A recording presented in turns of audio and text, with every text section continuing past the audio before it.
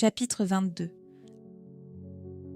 L'argent ne fait pas le bonheur. Viens Mélanie, regarde, j'ai acheté de nouvelles robes. Encore des robes, t'es quoi, Sophie? Mais tu en as plein. Je trouve que c'est excessif quand même. Tu dépenses peut-être ce que moi tu dépenses beaucoup trop d'argent. Tu t'ennuies ou quoi?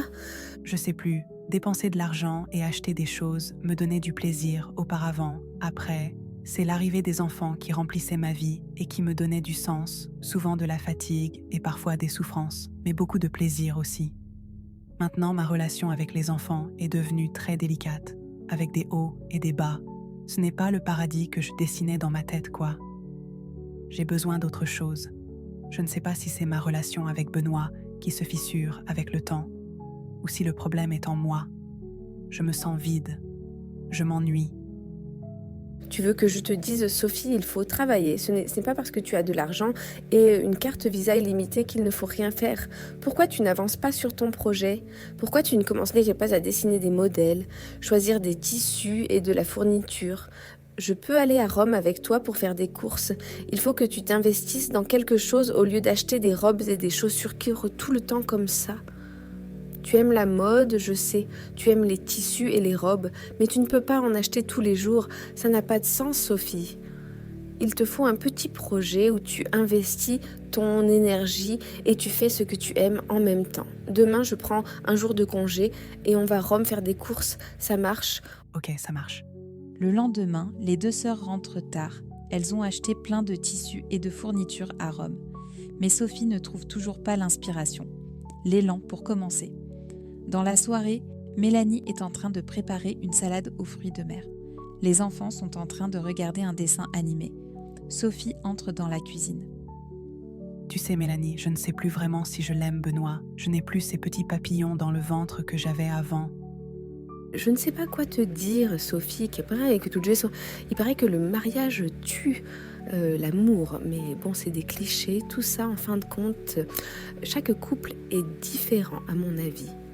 Benoît, eh bien c'est différent. Je ne sais vraiment plus comment qualifier notre relation. La seule chose solide entre nous aujourd'hui, c'est les enfants. Ou peut-être que je me suis mariée trop vite, peut-être que je n'ai pas pris le temps de le connaître, Benoît. Il est comme ça après tout, c'est pas de sa faute. Il ne s'excite que devant les cours de bourse. Mélanie sourit et regarde sa sœur du coin de l'œil. Je t'assure, je ne vois jamais ses yeux briller comme quand il regarde les cours de bourse, les taux de change et tout ce tralala. Moi, Mélanie, j'aurais bien aimé connaître un amour passionné comme celui que tu as connu toi. Mélanie ne répond pas. Sophie continue son monologue en profitant du fait que les enfants soient absorbés par le dessin animé. Tu vois le supermarché de la rue en face, là où je fais les courses? Il y a un jeune homme que je croise pratiquement tous les jours.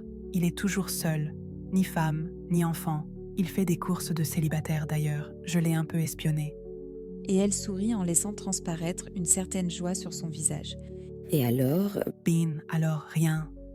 Pour le moment, il n'y a rien. Mais à chaque fois que je le vois, mon cœur se met à battre plus vite. Quand il est devant moi, à la file, devant la caisse, je sens quelque chose d'épais. Vraiment, c'est comme si quelque chose en lui m'aspirait. C'est électrique, ça me fait presque frissonner. J'adore ça.